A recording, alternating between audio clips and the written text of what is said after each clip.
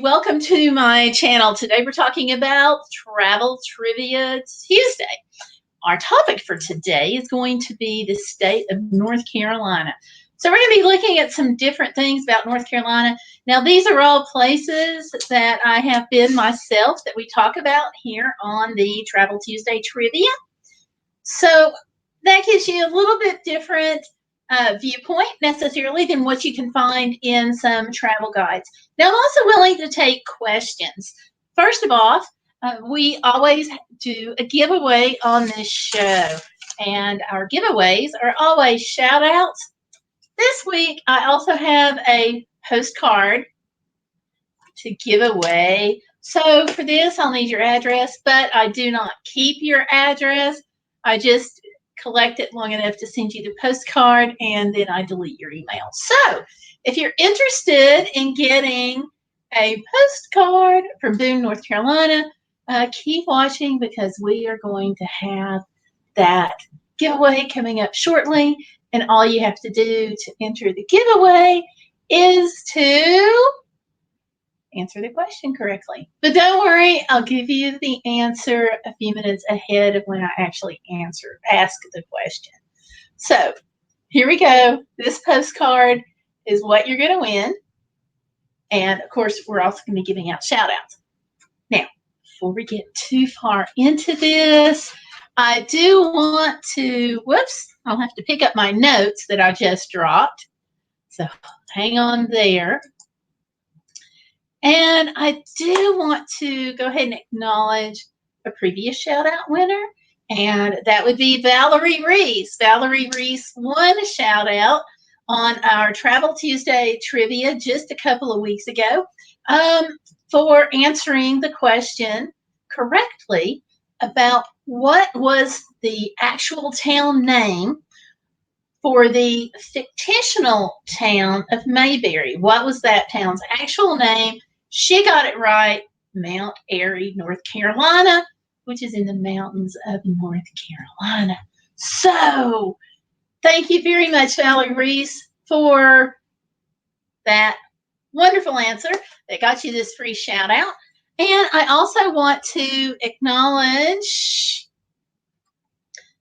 Glenda P., who sent a $2 donation in to me via PayPal. So Glenda P., thank you very, very much for your help, for your support of the channel.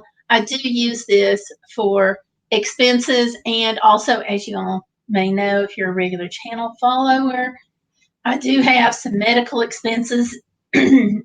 So I use your PayPal donation, Super Chat, Patreon, all of that for expenses and medical expenses. Also, Patreon. I do also want to thank Alexandria Caldora for your Patreon support. I really appreciate that. She also sends in a couple of dollars every month. It's not that the donations are huge. Every little bit truly does make a difference, and I want to thank you all for that. Now, let me grab my paper that I just dropped that has my notes on it. I'm going to be right back just a second.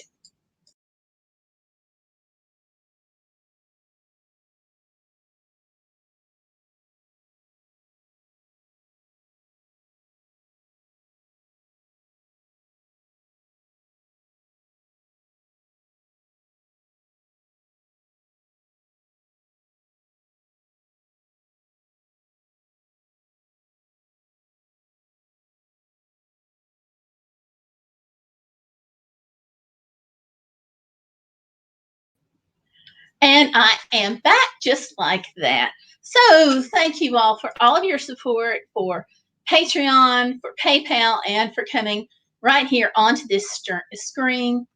I appreciate that. So going further, one quick housekeeping thing that we always want to mention on this show at every single video, and you'll hear this throughout YouTube. Don't forget to give me a thumbs up on the video if you like the show. Those likes are very, very important. And make sure that you subscribe to the channel if you have not already done so. Just click that subscribe button that's over here in this corner and join the channel. Okay. And I want to thank you also for your support. Last week, I was not here live. I had to actually cancel the show because we were dealing with a family emergency. We had a stillborn baby in the family. So a lot of you know about that through Instagram and so forth. And I want to thank you for your support and your patience on that. Now, having said all of that, let's get into our Travel Tuesday trivia. We are looking at the state of North Carolina. Now, North Carolina, as you know, goes from the oceans at the Outer Banks, all the way through to the Appalachian Mountains. It's bordered by Tennessee, South Carolina in the south, and Virginia in the north, and of course the Atlantic Ocean. There's a lot of really neat things about the state of North Carolina. We really enjoyed living there for the years that we were there. And one of the things I got spoiled about was the entire Outer Banks region. It is a neat place, folks. I've got to tell you, there's a lot of history there in the Outer Banks of North Carolina. We're going to be looking at that. Let me pull that up. But there's also just a lot of really neat things to do. In the kind of the northern area of the Outer Banks, we have Fort Raleigh. Coming down into more the central area of the Outer Banks, we have the famous Cape Hatteras Lighthouse. Really some interesting things going on there. And just a little farther south, we have Cape Lookout. So, and there's some other lights scattered about in between. That's on the eastern part of the state. Now, on the western part of the state, we have the Blue Ridge Parkway and the Blue Ridge National Heritage Area. That's all around Fletcher, North Carolina. But what people also sometimes don't realize is the Carl Sandburg home is in Flat Rock, North Carolina. And Carl Sandburg, of course, being a very famous rather, for his activism and music. Those are the things, some of the points of North Carolina. There's also a courthouse that's very famous in Guilford, North Carolina, as well as other locations, and it's famous for the Over Mountain Victory Trail, the Trail of Tears, and remember this, Kitty Hawk, North Carolina, Kitty Hawk. It is a national park, but Kitty Hawk, North Carolina is the location where the Wright brothers, Orville and Wilbur Wright, took off in the airplane for the first time. So yeah, Kitty Hawk, North Carolina, and that's in the Kill Devil's Hills area. So remember that. That's your hint to remember. Don't forget, we are giving out a free postcard. You'll just need to email your address to me if you win it. And in fact, let me go ahead. Speaking of addresses, and I'm going to go ahead and put mine in the chat room box here. I'm also going to put our Facebook group in the description box, because we have some fun things going on there as well. So if you haven't joined us on Facebook yet, do go ahead and do so. Okay, be a part of our group, because like I said, we've got some fun things going on there, and we've got some giveaways planned for the future and so forth. All right, so Kill Devil Hills, North Carolina, Outer Banks. You guys are all remembering that, right? I hope so, anyway. So I'm going to pull up the National Parks website so you can get an idea of what kind of national parks there are in North Carolina. I always like highlighting the national parks. And the reason that I like doing so is because the national parks usually are free, and that helps make an entire trip a little bit more affordable for families, because most of us don't have a whole lot of money to spend when it comes to travel. So the national parks really give a good value. The other thing about national parks is the opportunity to gain history and a deeper understanding of the area. So let's look at this just a minute. All right, North Carolina. I'm just going to pull this up for just a minute here. We're going to look at a couple of things really quickly. And one is on the western portion of the state, it is covered by part of the Appalachian Trail. Now, the Appalachian Trail is about 2,200 miles. Okay, this one says 2,180 right there. And it's a footpath, and it goes from Georgia all the way up to Maine and goes through portions of all these states, and a portion of that is in North Carolina. Now, one of the locations in North Carolina that it goes through is the famous Fontana Dam. Now, that's the tallest dam east of the Mississippi. And the Appalachian Trail goes right across the top of that dam. And for trail hikers, they have the opportunity to take a shower for free. And also at the dam in the visitor center, there is the opportunity to get, I don't want to say a care package, but what they call trail magic. And trail magic is simply when things come together to fulfill the needs that a traveler on the Appalachian Trail may have. So, for example, one of the trail magic experiences that I heard about was someone who had blisters on their feet, but they didn't have any Band-Aids and had already exhausted their supply. So they got to Fontana Dam, to the visitor center, and lo and behold, somebody had donated Band-Aids. Another bit of trail magic that I heard about was oatmeal. Somebody was hiking and they had just been really craving oatmeal, because y'all know how it goes when you crave something sometimes. And so this person had been craving oatmeal, and that happened to be one of the items that had been donated to the Fontana Dam Visitor Center for the Appalachian Trail hikers. So the Fontana Dam, not just being the tallest dam east of the Mississippi, but having that available to the hikers really helps on their journey from Georgia to Maine.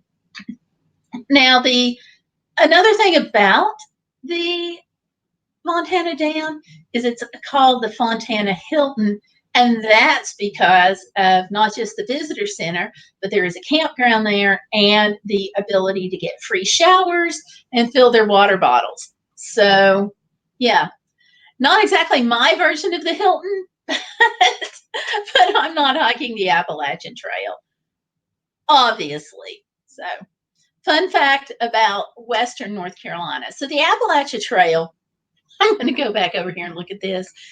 It is from Maine to Georgia, and it runs through Connecticut, Georgia, Massachusetts, Maryland, Maine, North Carolina, New Hampshire, New Jersey, New York, Pennsylvania, Tennessee, Virginia, Vermont, and West Virginia.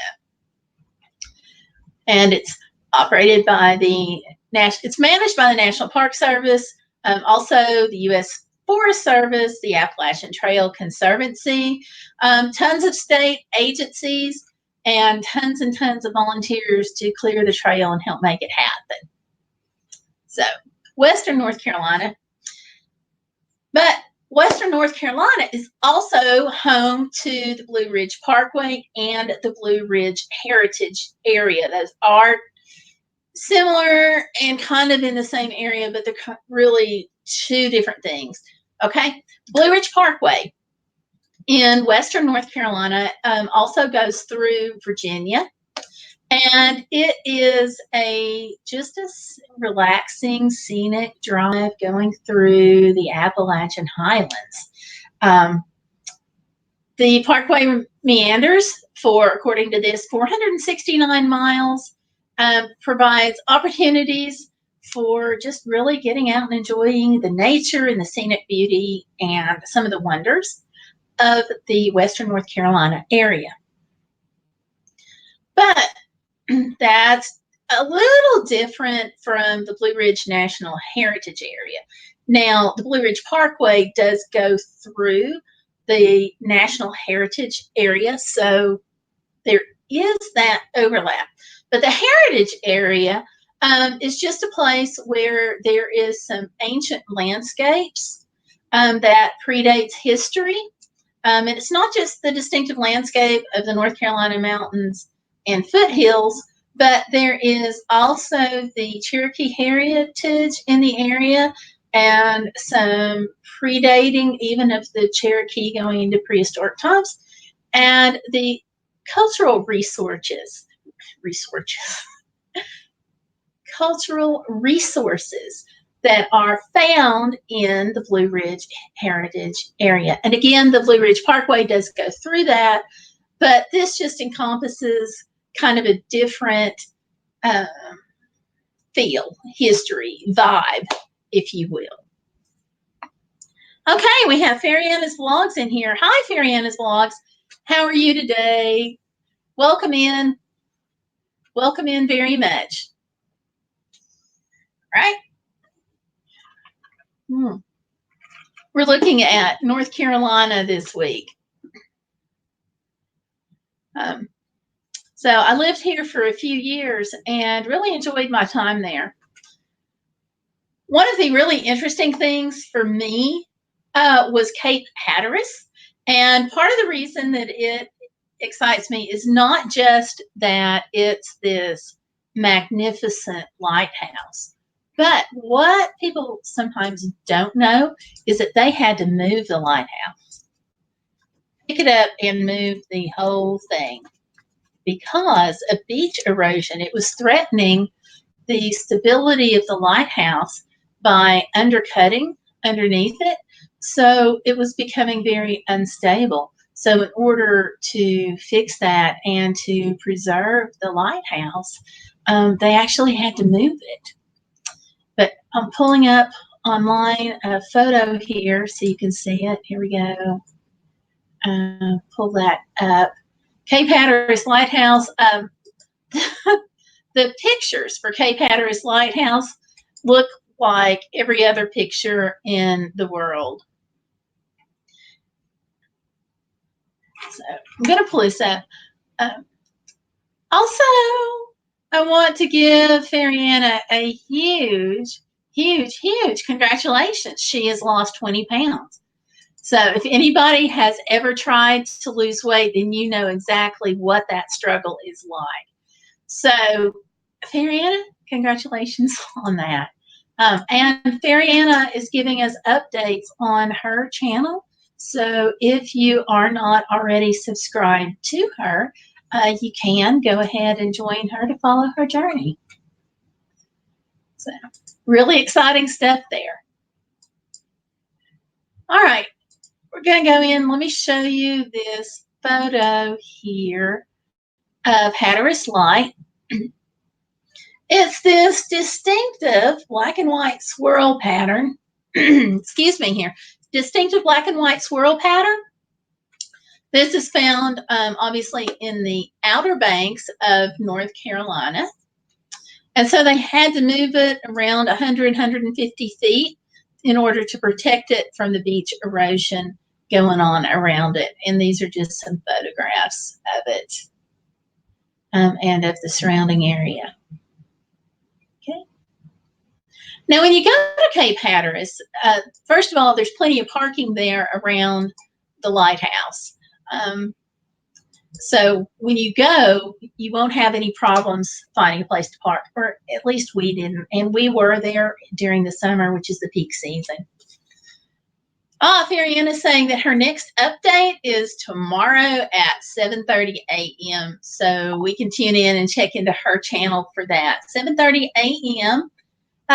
That's Eastern time, correct, Fairy-Anna? And she says she loves lighthouses. Yay! So Hatteras Light is a good one to fall in love with. It's there in Nag's Head.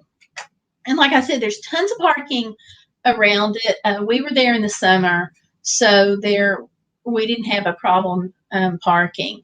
So you can enjoy the beach if you go to Outer Banks, because that's incredible.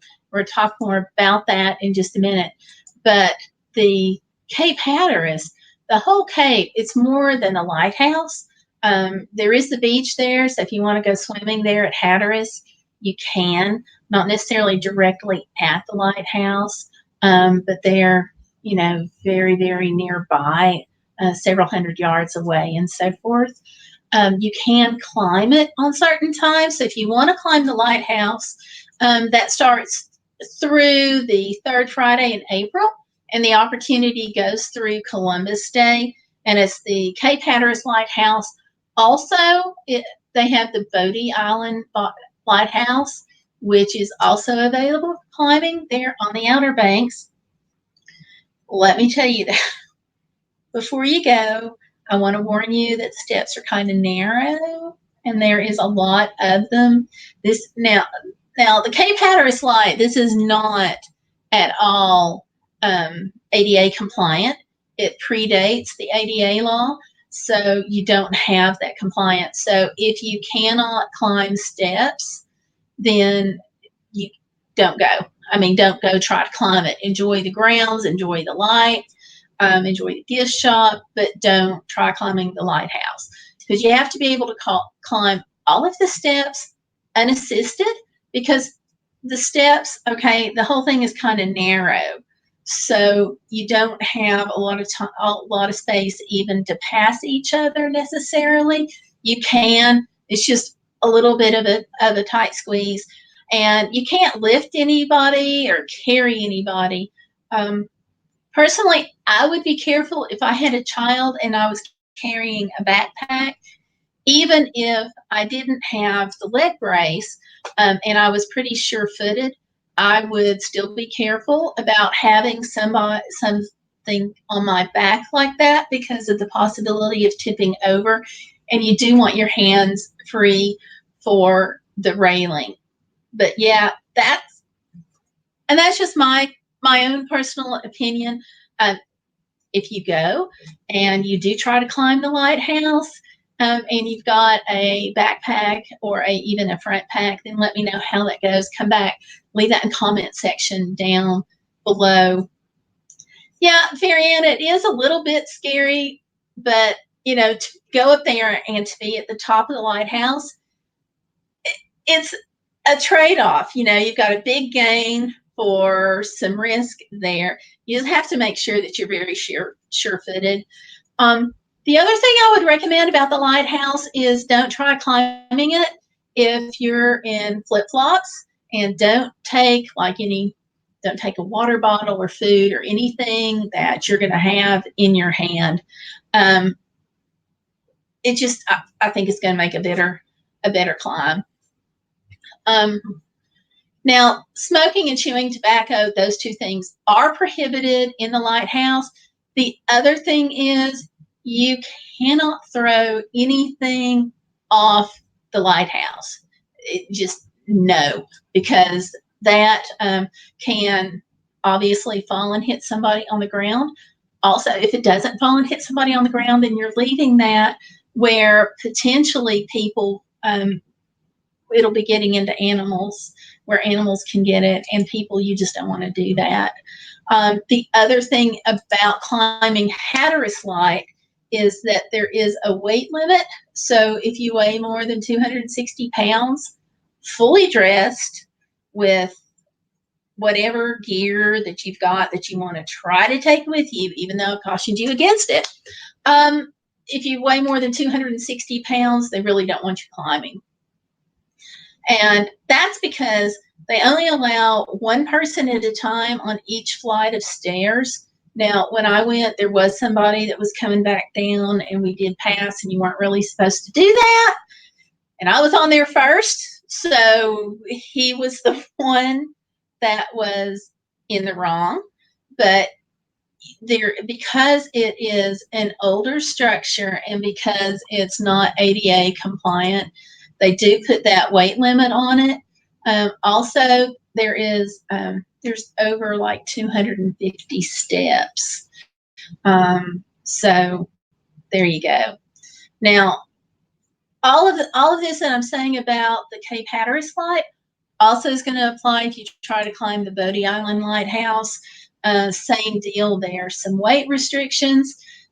It's very, very narrow. You cannot pass each other. It is not ADA compliant because there's just no way to make it ADA compliant.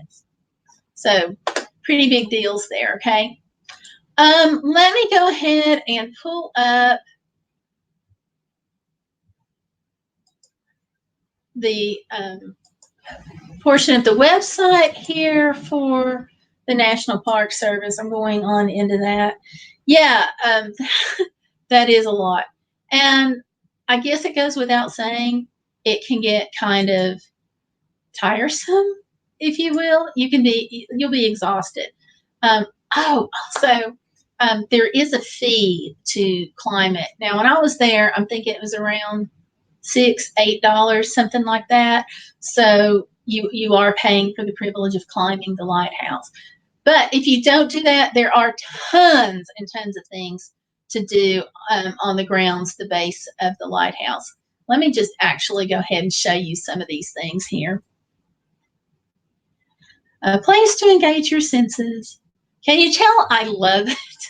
I really do love the lighthouse. Cape Hatteras to me is just an amazing place. So here are some of the photos from the National Park Service. You can do off-road vehicles. You can camp near the ocean because there's 4 campgrounds. I'm going to pull this up for those of you who like to camp. So they have these cabin-type yurt things, but you can also do tents.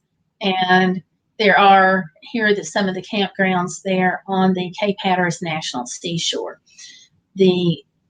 And if you're not familiar with the concept of a national seashore, this area is kept more pristine. You don't have the skyscrapers that you do in a more developed park. This is a national park opportunity to see beaches that are as close to nature as possible. So that's another reason why I like Cape Hatteras, because it's just, you get a different vibe and feel when you're in a more natural area than you do, let's say, where it's all grown up. Like, I like Myrtle Beach, South Carolina, and I like the Pavilion area too, but I also love the National Seashore. Florida also has a national seashore. We'll get to that in a few weeks. Some of the people here around that are from and around the Cape Hatteras National Seashore, it's got Adam Gassens, which was the first keeper. And here's some more people. I'll just scroll through here. Billy Mitchell was an Army general here, United States military. Let me scroll back up. I think it's Army. Let me double check that. That's off the top of my head there. There we go. Army general and major proponent for the creation of the U.S. Air Force. Veteran of the Spanish-American War and World War I, he oversaw the need for a strong fight-based military during the interwar period. So that would be General Billy Mitchell.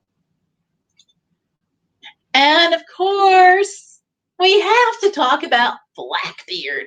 If we're going to talk about the Outer Banks, and we're going to talk about the Cape Hatteras National Seashore, we can't do it without talking about Blackbeard. And we've all heard of Blackbeard. The website describes him as possibly the most notorious 18th century pirate. And kids have studied about Blackbeard in school. Not necessarily the nicest person. He was known for violence, fear. Certainly, this mentions intimidation, and certainly we have that. And he died in the Pamlico Sound in 1718. Also, he terrorized the Caribbean. So Interesting things about Blackbeard there, and you can learn about some of the pirate history there at the lighthouse. The volunteers and rangers and so forth are full of information that they love sharing. Okay, so they can fill you in all about Blackbeard and lots of other things too. Same thing at Body Island. We have some of the keepers there. And a keeper, of course, is someone who takes care of the lighthouse. It's their job to keep the light lighted so the ships can see it and be warned off the shore. So, very important job there. So that's some of the things to look forward to on the eastern part of North Carolina. One of the other things that I like about it is it's a lot more affordable when we start talking about the national seashore as opposed to one that is built up, because you're going to take some of your own food, you're going to picnic, or you're going to visit some of the smaller restaurants. And when I say smaller, you're not going to have a lot of name brand restaurants on the Outer Banks in general. But when you go to the National Seashore, you're going to want to take your own picnic with you, because most of the time there's not those services available near national parks, and the Outer Banks is certainly not the exception. Okay, so it's prettier as opposed to some beaches because it's more natural. And, you know, it's also lower cost as far as when you come into like campgrounds and staying on the beach and the mom and pop hotels. Now, there are some $1 million homes on the Outer Banks and $2 million homes, and you can rent those. There are realty groups that handle that. But for the most part, the hotel rooms like at Comfort Inn and so forth are not that bad in price, or I guess it's a choice hotel property. It may actually be the Quality Inn now that I think about it. But that price is less than $100 a night, which for some hotels is not bad. But during the off season, which is when we tend to go, then I think we paid like around $70 the last time we were there, which it has been a while. But that gives you an idea of the affordability. Okay. Yeah, most of the restaurants are mom and pop that you find on the Outer Banks. There's just really not many like name brands. So you're not going to have like the Olive Garden, for example. I wouldn't expect like your high-end steakhouses. Or actually, I don't think I would expect a steakhouse at all, even now. Let me type in.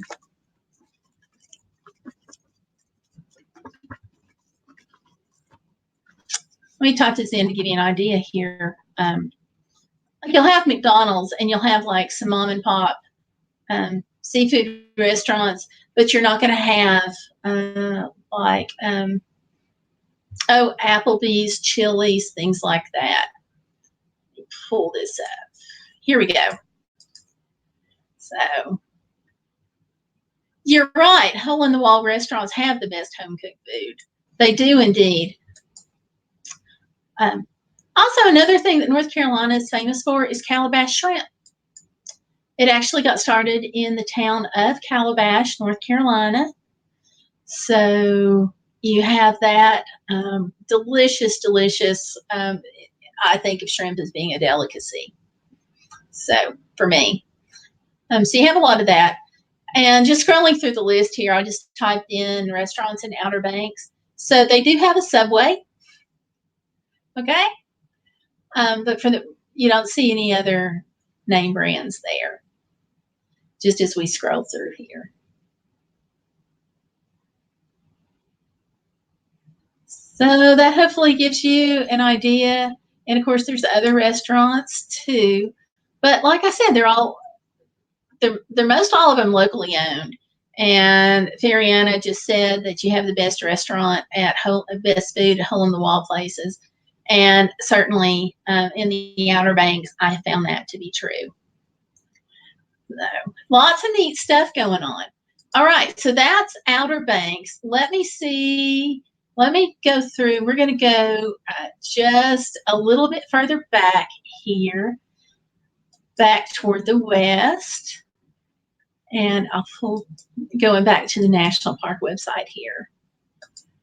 Okay.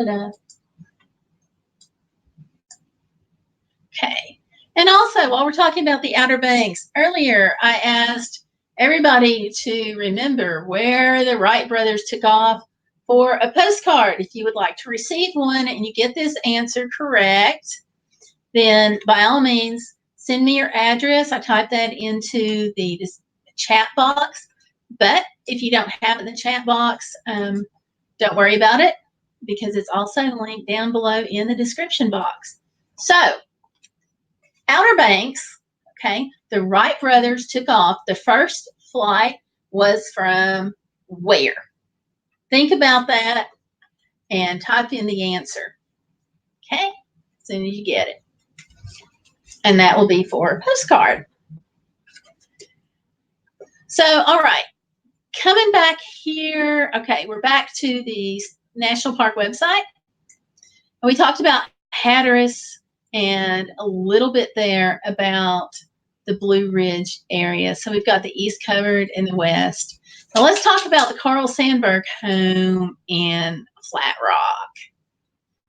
Pull that up. Now, Carl Sandburg, of course, he's famous. He's a famous poet. He's internationally recognized, and he's called the poet of the people. And we have this pretty, pristine, quiet, serene home nestled here in kind of the mountains of North Carolina. And you can reserve your ticket. Oh, you're having to have tickets for the house tour. And again, there's lots of parking here, and they have lots of different events going on, and a writer in residence program, which I've also always been interested in, and have never gotten to do. And that's when you actually can go and stay there and write. So that's pretty cool. Of course, plan your visit. You always want to check out this tab of any national park website because there is always information here that you need to know. Okay. This says it's on 264 acres. There's also trails that you can hike. And again, you know, just like if you're seeing the lighthouse, wear good shoes. Okay.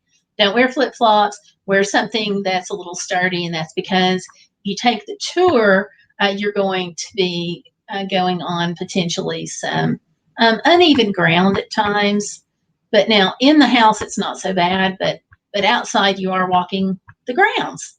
So, and they don't want you to take strollers. And again, I would be careful about taking backpacks and so forth when you go visit. Okay.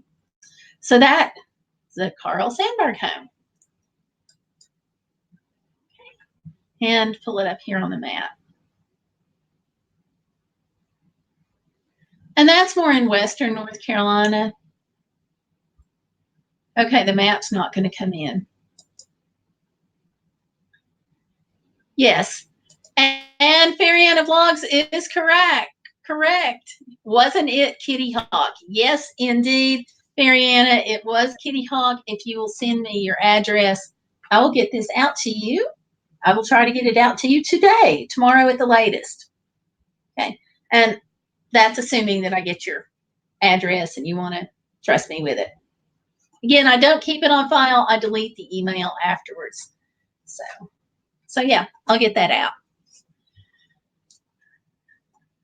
So yeah, Kitty Hawk is where it is. And that's, the Kitty Hawk was chosen partially because the winds are always blowing at Kitty Hawk. And so the Wright brothers needed the winds to get the lift to get the airplane off the ground.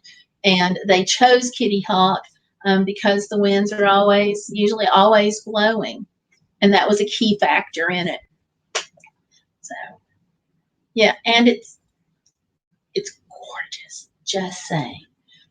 Absolutely stunning because it's part of the National Seashore there at the Outer Banks. So, all right. A interesting bit of history going into, okay, great. Message me on Facebook. Perfect. Um, and also going into North Carolina, there is the Over Mountain Victory Trail. Now, it's a National Historic Trail, and this is in western North Carolina. And the Over Mountain Victory Trail, okay, to me, it's just amazing. It goes through portions of North Carolina, South Carolina, Tennessee, and Virginia. And so what happened was Patriot Militia was put together during the Battle of Kings Mountain in the 1780s. We're talking about a colonial campaign.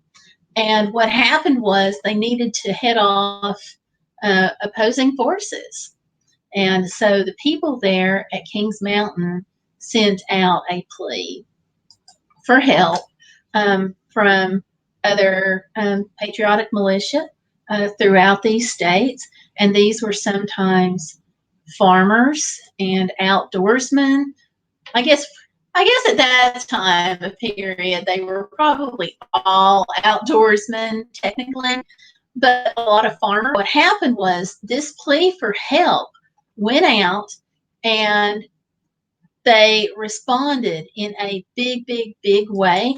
And so farmers walked off their fields to help repel the English advancement. And it was actually one of the decisive battles. But they left their fields and they got to Kings Mountain just in like 2 and 3 days. And that we're talking about walking and on horseback. So it's just always, always impressed me. Let me see if I can pull this up. Learn about the park, news, history and culture, photos and media, education. Let's look at education there. And also, teachers can access Over Mountain Victory information with lesson plans. This is something I always like to plug on the national park websites, because a lot of them, if you go under the educational tab, will have information for teachers. And a lot of the national parks have fees, but if you have a 4th grader in your household, then 4th graders and their families can get into national parks for free. I have no idea how they picked 4th grade, but there you go. So 4th graders get in for free. Also, national parks, if you have a disability, and you can take information in showing that you have a disability, there is a National Parks Access Pass, and that is a free pass. It is available for a lifetime. And so that also enables you to get into national parks for free. Also gives you a discount on camping, like a 50% discount on camping. So if you have a disability, it's a free pass. So obviously well worth it there. Okay. Just looking at it right quick. Campaign to the Battle of Kings Mountain took place during 2 weeks, September 24 to October 7. And the Over Mountain Victory Trail Association reenacts the campaign with historical accuracy, it says. So I'm going to actually just move this and put it in the chat box, because this is a fascinating piece of history. To me, it really shows the commitment of people during that time period to protect the fledgling United States as it was still developing. So it's one of the reasons why I like it. So I'm going to just put this in there into the chat box, because I know we've got a couple of people, Fariana, I think you homeschool, and there's a few other people that follow my channel that also homeschool, and some teachers. So there we go. All right. And I think, thank you, Fariana. I just got your message. So there we go. All right. Speaking of the commitment to protecting our country, okay. North Carolina on the eastern portion of North Carolina, we have Wilmington, which is just west of the Outer Banks, on the eastern edge of the state, not far from Raleigh, I'm going to guess. Well, we usually stop and see things. So I'm thinking it takes us a couple of hours to go from Raleigh to Wilmington. But one of the really cool things that they have in Wilmington is Battleship North Carolina. And my thumbnail, in case you saw it, it's a black and white photo that my husband took of the battleship. Now, this battleship it really hits home what some of the sacrifices that the folks did that were protecting you did. Okay, I thought so. So you might appreciate some of the free materials that are available through the National Park Service. Just go to the various website of whatever area that you guys are studying, and it'll have tabs. It'll say like, well, you just saw it, like history and culture tabs and whatnot. But they usually always have resources for teachers. Those might be helpful for you. So Battleship North Carolina it really, for me, it hit home some of the sacrifices that were made. The battleship, I'm sure they tried to make it as comfortable as possible for the soldiers that were on it, but there's no way they could possibly make this ship plush or comfortable to like our standards today. Let me pull up this website because it just amazes me. Now, there is a fee to tour the battleship, and there is plenty of parking. But like with the lighthouses, this is not ADA compliant because, I mean, it's a battleship. It's historic. There's just no way to really make this ADA compliant because you're going up the same steps and through the same walkways that the soldiers did here at the time. So they can't make it ADA accessible. Now, if you're like me and you have problems with mobility, then you can certainly get on up to the battleship because there's a ramp that you take. There is also, you can walk around the top deck. I'm going to shift this just a little bit. There we go. You can also walk around the top deck and you can see everything that's up there. You can see the turrets. You can see the guns. You can see everything that's above. So let me see here. Oh, good. There's actually a video on it. It looks like YouTube. Okay, so you can search for that. But you can see everything that's above if you have a mobility issue, but you just can't go below deck.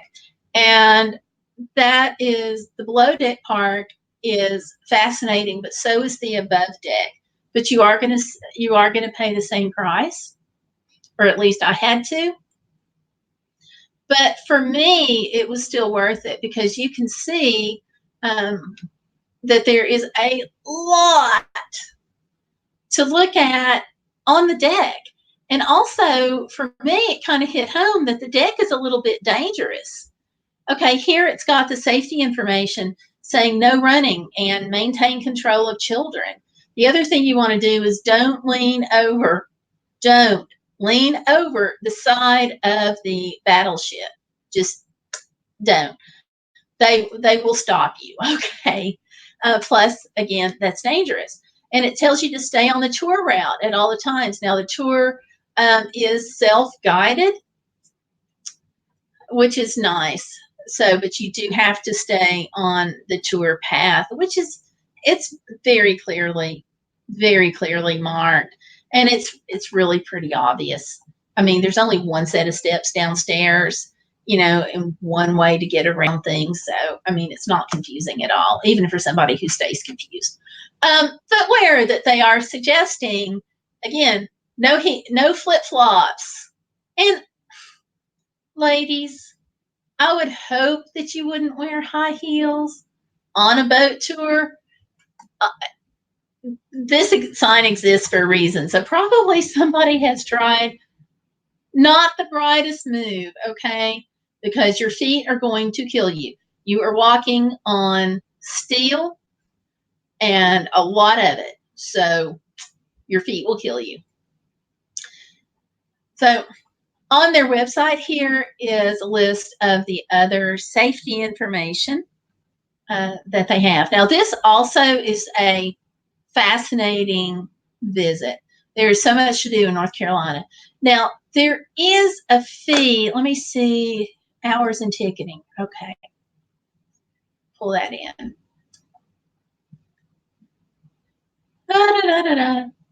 Okay. Labor Day to Memorial Day is open until from 8 to 4. Memorial Day to Labor Day, it's open from 8 to 7. Ticket closes 1 hour before. Okay. Excuse me. It is a little pricey.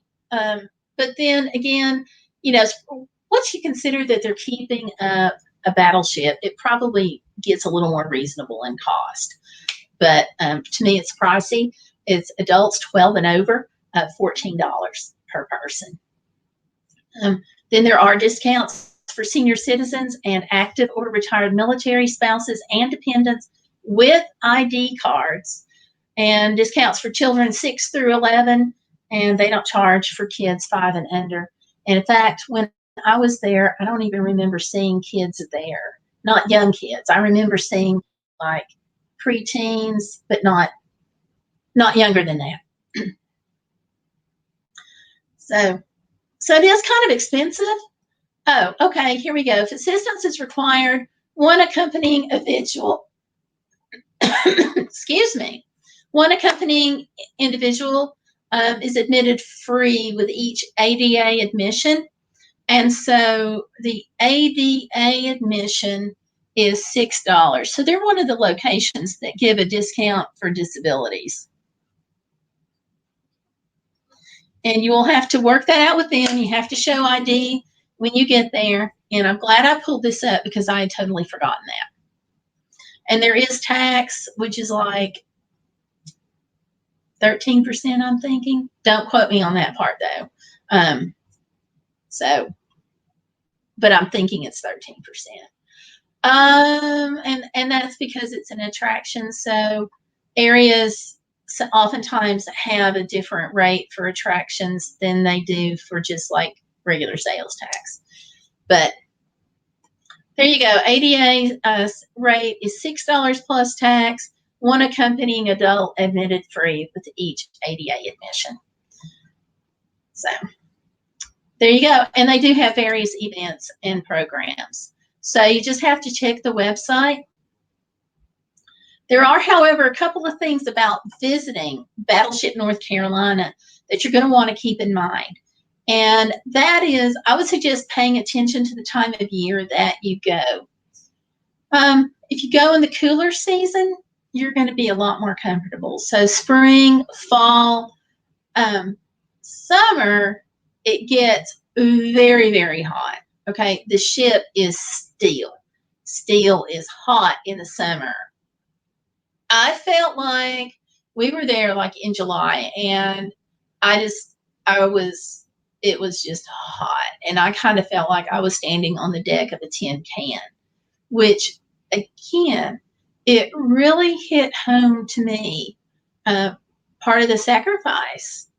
So you're standing, for me, I was standing there and I'm in the middle of this massive amount of engineering intelligence, if you will.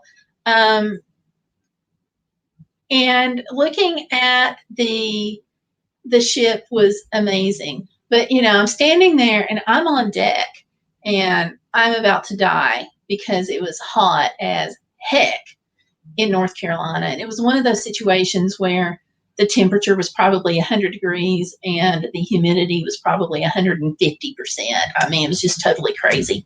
But I'm just standing there and I'm looking at the turrets and I'm looking at the guns, and it's hot and I'm just about to die, and I'm hoping my family hurries, which they're not doing because it's it's my husband and it's technology and engineering, and he doesn't hurry in those situations. And I'm just really, really hot. And I'm like, our soldiers went through this and more. And, you know, when we were there were some older gentlemen, shall we say, and they had actually served not on the USS, not on the battleship North Carolina, but on other ships. And it was fascinating hearing them talk and hearing them talk about the stories and really being glad to go above deck, which is where I was miserable. That was their relief. That was their fresh air. And, you know, hearing those stories, it was just amazing. So when you go to any kind of historic site at all that has somewhat recent history, be aware of people like that who may be there and their conversations. And if they're friendly, you may even engage them in conversation, and you may learn a lot more about that history than you ever dreamed of. And of course, you know, just saying the volunteers and whatnot, they're usually always filled with information that they like to share.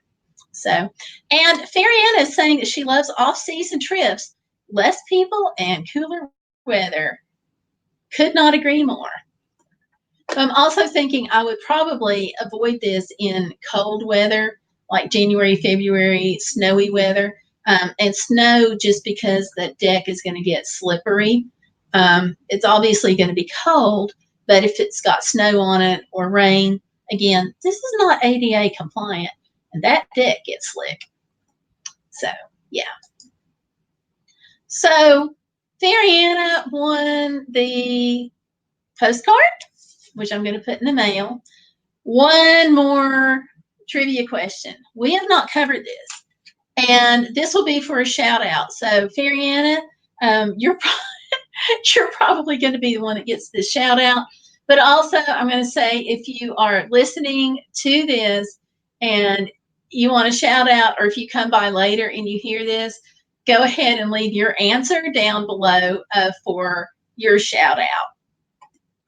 And that is, North Carolina is home to Duke University, which is internationally recognized everywhere for their cutting edge medicine, their research. They have a United Methodist Seminary. They have a huge lot of history. The chapel, even if you're not interested in religious stuff, the chapel, from an architectural perspective, is freaking amazing. Okay. And we may do at some point, we may do a trivia just on the chapel. That is how amazing it is. But they're also kind of known for basketball. If you follow it at all, you'll hear about the Duke Blue Devils. Now, okay, they have a United Methodist Seminary there on the campus. People coming from all over the world, because you don't have to be a Methodist to attend the seminary. So, how on earth did a school, a Christian school associated with a seminary, how did the basketball team get the name of the Duke Blue Devils? So we're going to make this kind of multiple choice. Oh, Fariana said she took Duke University classes online. There you go. Awesome. So you may already know this. So I'm going to make this a multiple choice, okay?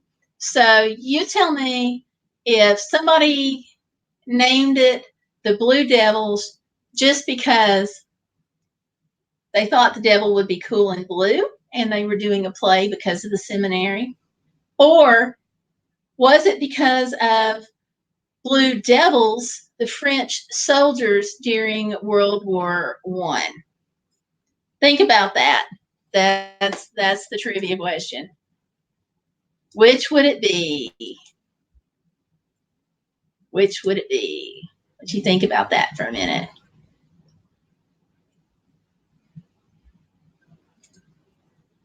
Okay. So let me go ahead and pull this up and we'll answer the question. So you'll be able to see it directly from the Duke website. Okay, here we go. This is from library.duke.edu and blah, blah, blah. So I'm going to go ahead and copy this and I'll put it in the chat room. All right. The story of the Duke mascot. During World War I, the Chasseurs Alpins, which I hope I didn't completely butcher, but I think I did, so I'm sorry if you speak French. I speak Southern, so sorry about that. They were nicknamed Les Diables Blues, Blue Devils, and they were known as French soldiers. First gained attention with their unique training and alpine knowledge, was counted upon to break the stalemate of trench warfare in their native region of the French Alps. And unfortunately, the Bodacious campaign in March 1915 failed to alter the status quo, even though the Blue Devils won accolades for their courage. So this is how the Blue Devils received their nickname.